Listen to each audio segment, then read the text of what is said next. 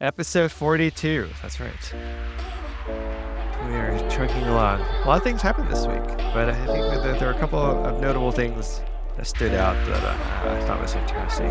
So, one less major competitor in the robo-taxi arena, as I'll call it, GM decides to shut down Cruise, which is kind of a big deal. They're shifting basically all those people to work on different things.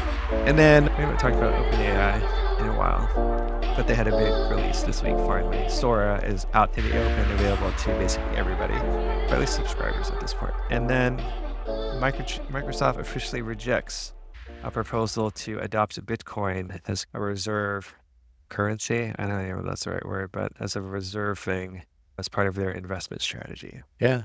Christmas is less than a week away. So Cruise shuts down robo-taxi program. You don't know what Cruise is? Cruise is very similar to Waymo, similar to Tesla's full self-driving technology. They build software for autonomous driving. GM acquired Cruise back in 2016, but they came out and said they're no longer going to fund the Cruise robo-taxi program due to, honestly, after what I was reading, is due to just wasting a ton of money over the last almost 10 years trying to figure out how to bring this to market. And instead, they're going to take that team and roll them into the general GM, roll them into GM to continue developing autonomous driving, but more for personal use versus a robotaxi program. Since they acquired Cruise in 2016, they are estimated to have spent over $10 billion in trying to bring this to life.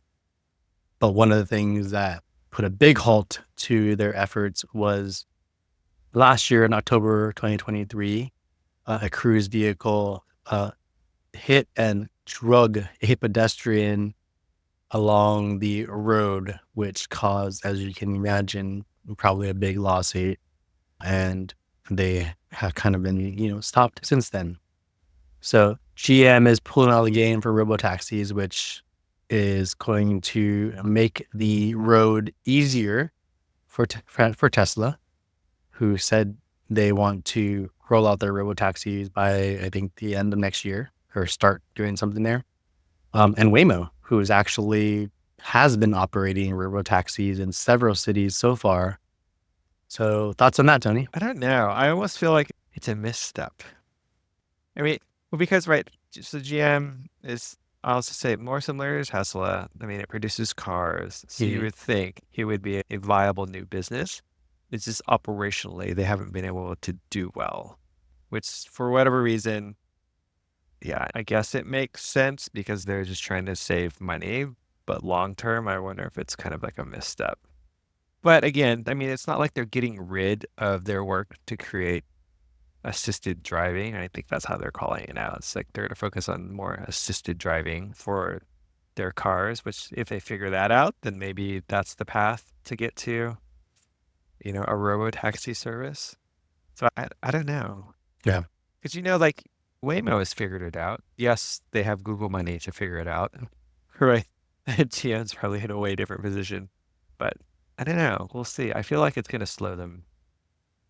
Yeah. You could either view it as it's slowing them down or it's allowing them to focus on a market where they already have a large share. Yeah. I feel like your second piece there is probably it, meaning GM's a car company, like hands down, not a software company, not a technology company. Yeah. They acquired Cruise to bring technology to their car company, but culturally, they're not a technology company. Yeah. Google is a technology company. Tesla, arguably, is a technology company, right? Yeah. And so culturally, both of these places allow them to actually be more successful in getting something like this, which is high tech, out to market. So I think your call on GM refocusing on what they're the best at is it. Like you said, they're still going to have autonomous driving in the GM cars. Yeah.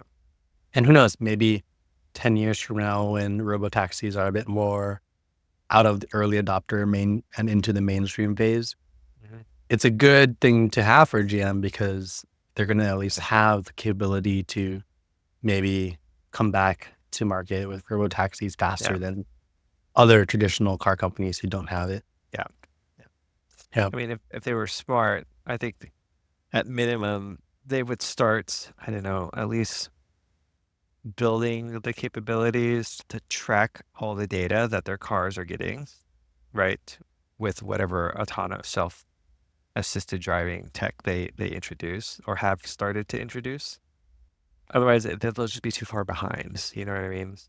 But anyways, we'll see. But I think you're right. I mean, when has anybody ever gone into one of these cars and go, wow, the infotainment system is awesome, right? I mean, that's part of why Volkswagen is kind of doubling down on their investment joint venture with Rivian, right? They understand they're just not good at it, right? Yeah. And so bring in a company that knows how. But arguably, that's what GM did with Cruise. It's just they haven't been I don't think they went all in enough. You know? Yeah. You know, you mentioned Rivian, and I had Rivian in the back of my mind when we were talking about this, because I think my question is, well, Rivian's another kind of winner in the space of EVs, infotainment system, that branding, and I don't think they're known for like self-driving. Yeah. But are they a tech company or are they a car company? Car companies? Yeah. Yeah. Well, I mean, they've positioned themselves as the software platform. Yeah. But what was the CEO's name? I always forget his name. But in the interview, he said, yeah, like autonomous is not what they're pursuing right now. Yeah. But we'll see. I feel like that's where just trying to make good outdoor branded cars. EV cars. Yeah. Okay. Which, they've been hovering at this new $14 level for the past week now. So who knows? Maybe they're finally onto something. Yeah. I can give a little update on my Tesla full self-driving experience. And it's pretty pathetic. God. Is it really? Has it gotten worse? It's gotten worse. And I don't know if it's my sensors or just because my car is dirty or something. But there's a bunch of things that happen now. One is it doesn't do great at really tight curves. It'll actually cross the middle line a little bit all the time. I always get a warning when I'm by my self-driver, at least once every time I'm on a drive, that says, take over immediately. Beep, beep, beep, beep, beep, beep, beep. It puts on my hazards and it's like, take over immediately. Right. And I'm like, why? We're just going straight. And I think it has to do with the light. I feel like they made an update where the sensors are maybe more sensitive to light. Okay.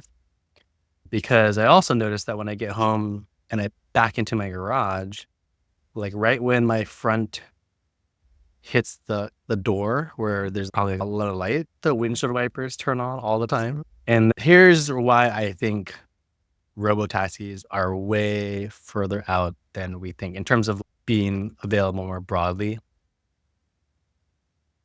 If there's any inkling of weather, so like drizzle or even cloudiness or even wet roads, you can drive with full self-driving, but it says it's degraded because of the weather. Right. And I mean, how often, not even in like Seattle, but there's always rain. Yeah. And so I'd say like 50 to 60% of the time here in Seattle right now in the winter. Yeah.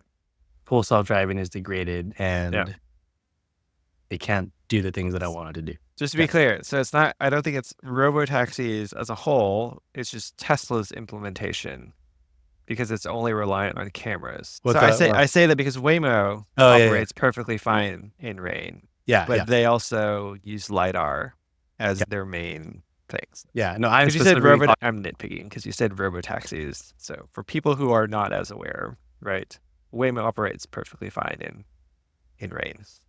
Yeah, so I'm specifically talking about Tesla's robo-taxi where I don't think it's, I mean, maybe he can release it next year in specific cities that have perfect weather, like Arizona is probably a good Texas. He's here in Texas, so apparently.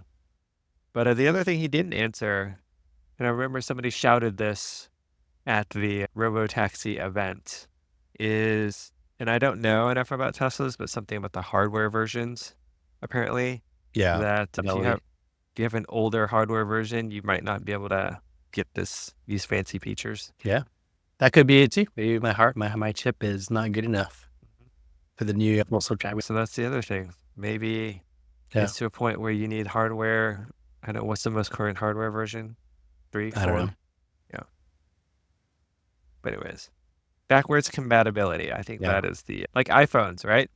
If you wanted AI features, you basically needed the most recent iPhone, which was the 15 at the time, to get it. So who knows? Maybe all these Teslas out on the road will never get like full self-driving because they can't Yeah. support it. Which should be pretty upsetting for me since I paid so much for it. He wants you to upgrade, right? Yeah. The tech cycle is obsolete within 2 to 3 years. But that's a big upgrade. I mean, perhaps they'll sell the chip, just the chip, Maybe. which I could see myself doing, but I wouldn't buy a whole new car just for it. All right. So robotaxis continues to get hot. And I think the other thing, the market has been so bullish on Tesla is because of regulations, right? A lot of regulations. Yeah. Apparently there is finally the low cost Model quote Q, which is news is running rampant. That's why Tesla's I think it passed its all-time high finally. Yep. Right? It's like 423, something like that now. They closed at all-time highs, which is like just off a rumor. Yeah. So we'll see. There's a lot of hopes and dreams built into the price right now. So Yeah. I'm kind of like the Tesla pessimist between us too. I do have shares. I did nibble. So not to say I'm not investing. I mean, that's what Tesla stock does though. It's so volatile for long periods of time. So it goes way up and then comes kind of, a big portion down and goes way back up. So ultimately, it's been a good investment for those who've been investing for a long time. Yeah. A lot of millionaires still. Let's move on to the next one. OpenAI Sora. So Sora, if you're not aware, is basically OpenAI's video creation service platform. I'm not sure what they want to call it at this point, but it's been in testing, been in beta for quite a while now. I'll say a year or two, but it's finally available to the public. And so a lot of, as you can imagine, a lot of people saying things, testing it out to see what type of videos they can create. Most notable why this was interesting to me is PhD Marquez. I always mispronounce his name. Did kind of like a review of it, and he brought up some interesting questions of how much of creator content was actually used to train Sora. Because the example he used was he asked it to create kind of like a tech review video. And strangely, and I thought this was interesting, is it's not part of his prompting or anything. It put a green plant on the desk of the tech reviewer it created, which coincidentally happened to be the exact same green plant that he uses in his videos. So he was like, I'm not sure if this is coincidence, but it seems sus that it happened to pick out this exact plant pot color for a Is he the only one that uses this plant though?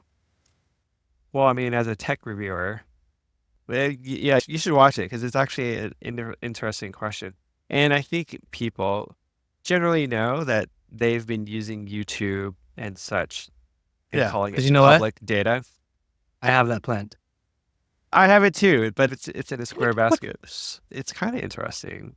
I mean, I think we all generally know that they've used YouTube videos to train their data. Anyways, beside the point, it's out there. I think the most controversial thing I've seen is in order to generate humans, you have to pay an extra $200 a month. I think it was a month, which is kind of interesting that they're piecemealing it out like that. But anyways, it's an evolving model. I'm assuming, revenue model, I assume. But as long as they're not charged for animals, it's like, are humans really much? Anyways. Well, I was listening to another podcast and they were talking about this. I think the reason why it's strategically a good play to charge that much is because it's really expensive to get humans in video, right? Whereas animals, it's a bit easier. Like you don't have to pay an animal thousands or even, tens of thousands of dollars to do a commercial. People either. You pay people to do commercials and Oh, you're actually okay. You're talking about okay. You're drawing the comparison of if they had to create a video with people, it would cost more. So exactly. that's why they should charge more to include people. Yeah. Oh, okay. Got it. That's what I understood, which makes sense. But yes, like $20 a month versus $200 a month. Like obviously it's gonna be a small pie that does the $200 a month, but it will be those people with deep pockets. So yeah, it's an interesting play there. Yeah. I think it also is good because that also protects videos, right, from being made with ill intent. And so like your everyday Joe can't really make a video with a human and maybe try to do something malicious. Okay, that's true. Yeah. So yeah, I was looking at if you go to Sora.com, they have a bunch of examples out there that are really cool. Pretty cool videos, I must say. Yeah. What I found interesting was that so you can see what other people created and then you can create your own version of somebody else's video. Which I guess we've had this conversation before of like, right, you can't patent at this point AI generated images as unique art. And so if you were somebody who was trying to create a video purely through Sora, you actually might not have any rights to it, meaning you or I could go in and say, you know what, I'm going to add a pool in the background. I really like your character and take that character and use it for something else that, you or I would be working on. So I think that's the interesting question about this is how do you, right? Because most people are going to be doing this with the intent of making money off of it. Like, I'm going to make this cool movie like us, right? Maybe that would have been a cool, start a YouTube channel with like this cute little dinosaur, right? But technically, I think anybody could take it because it's AI generated and use it for their own purposes. Yeah. So I think that's the interesting question is it worth it? Right? And in the current framework of how the law interprets AI generated things. Kudos to lawyers out there. It's gonna be a whole new like wave of right. Copyright infringement and all that stuff going on. Which ChatGPT could probably help you navigate through. Yeah. I'm gonna take your idea there, just create a new YouTube channel and post Sora created videos. Right? Children's videos. Okay. I might need to subscribe. Maybe that's how I'll spend my free time now is creating random videos. Yeah. You should just subscribe and do it for a month, $20 and see how it goes. See what happens. All right, I'll let you know. All right, let's close it off with our last topic. Coming back to the crypto world that's been on fire in the last month and a half here, but has taken a little bit of a sizzle in the last week. Yeah. So Bitcoin, again, has still been fighting to hold that 100K level. What hasn't helped is Microsoft shareholders have officially voted no to basically a proposal that they start investing in Bitcoin as one of their diversification strategies. And so, it's not all great. Yeah, I'm surprised at the proposal to not buy Bitcoin. I'm sure you all know Tesla holds Bitcoin as a hedge, I guess, against other things. But I don't know how much. I don't know. Are you up to date on how much they currently own? Because I know they sold some. Yeah, I don't. Well, you're asking the wrong person about Tesla. So all I know is that they sold a few, or they did sell some. I don't know how much Tesla still holds, but I think the Microsoft thing. I mean, they try to go all in. What's his name? The MicroStrategy CEO, like Michael Saylor, did a presentation on on why investors should approve this. It's like, instead of paying out dividends or instead of doing share buybacks, they should buy Bitcoin instead because of, the gains. Apparently he wasn't able to convince them either. Yeah. So I agree. It's like, I'm still not sold on this idea of holding Bitcoin like at a company or fund level. Yeah.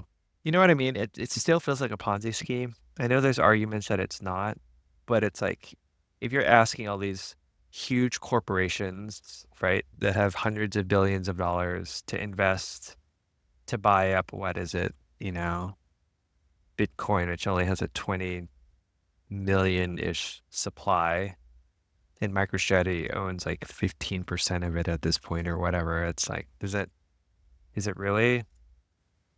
You know what I mean? Yeah. It's the literal definition of a scheme. It's like the people on the top, sure, they're gonna have the biggest holdings. I don't know. I still don't get it. Yeah. But whatever. Well, can't find how much Tesla owns, but what I'm seeing when I search is they own about 10,000 Bitcoins right now. So what's that? $1 billion worth of Bitcoin? Probably. Yeah. At 100, yeah. I think for me, here's my thoughts on it. As a shareholder, I would probably vote no or question exactly what you're saying. Like, why do we need to do this?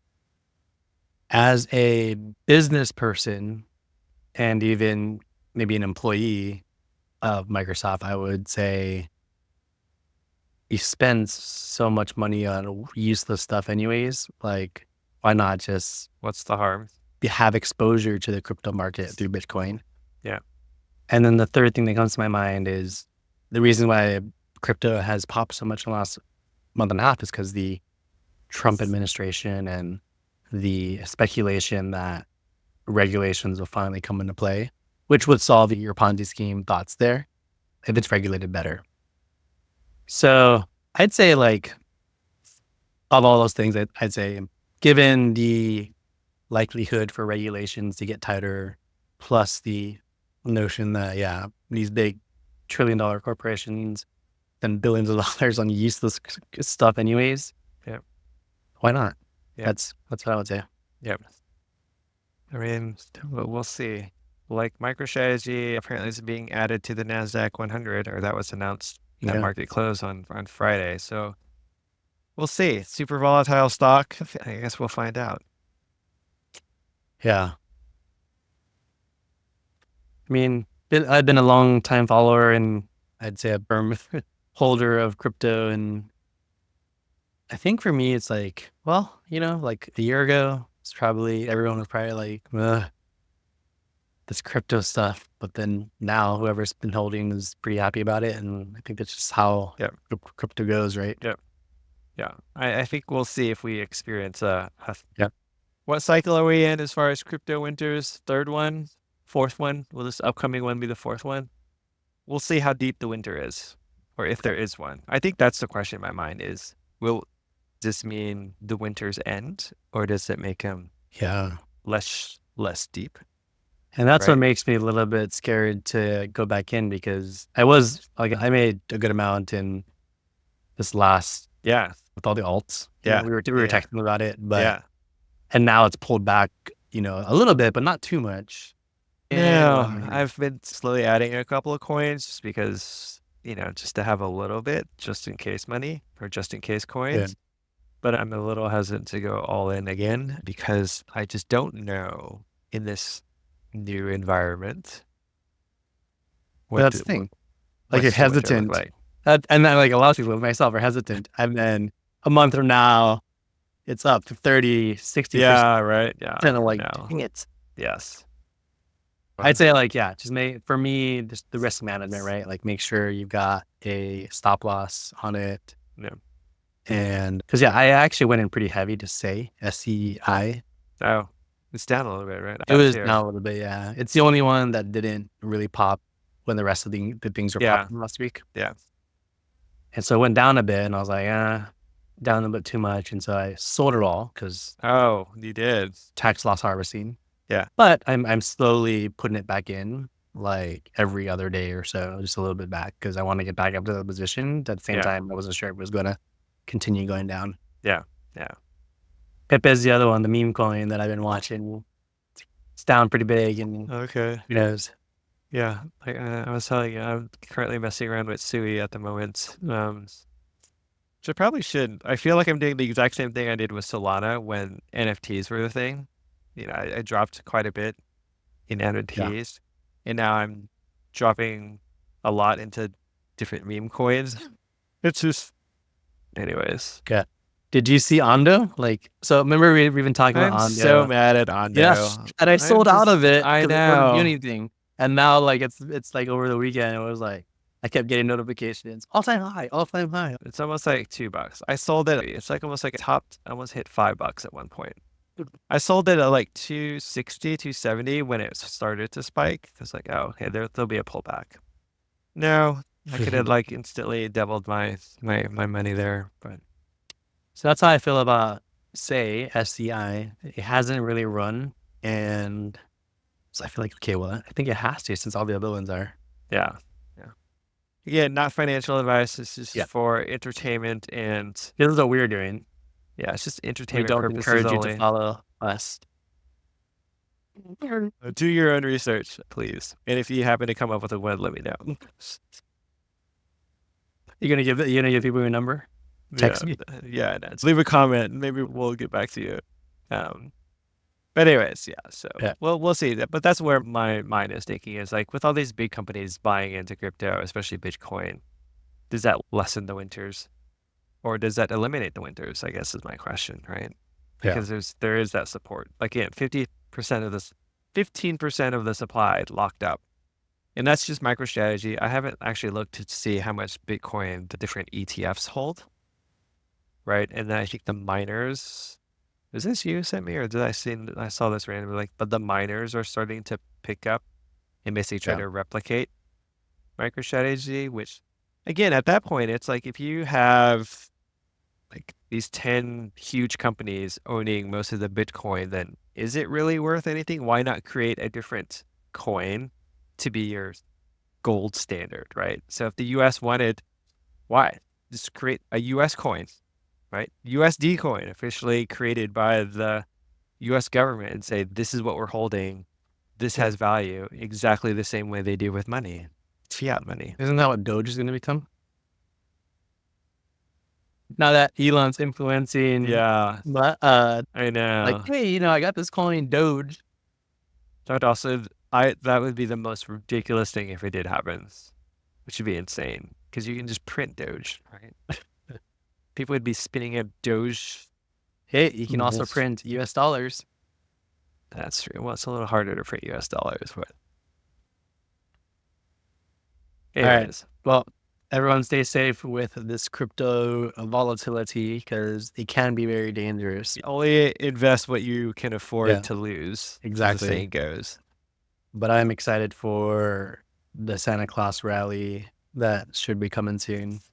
All in. It's hard. It's every year we get to a Santa Claus rally, and I'm like, how can we have a Santa Claus rally? Like the market's at all-time highs, and we have a Santa Claus rally. I know. All right. Well, episode 42 in the books. Yep. Please give us a follow and a like, and let us know what you think of the podcast. Yeah. Or tell us to quit if you don't think we're interesting. And we'll find something else to do. Exactly. All feedback is good feedback. All right. We'll see you next week. All right. See ya.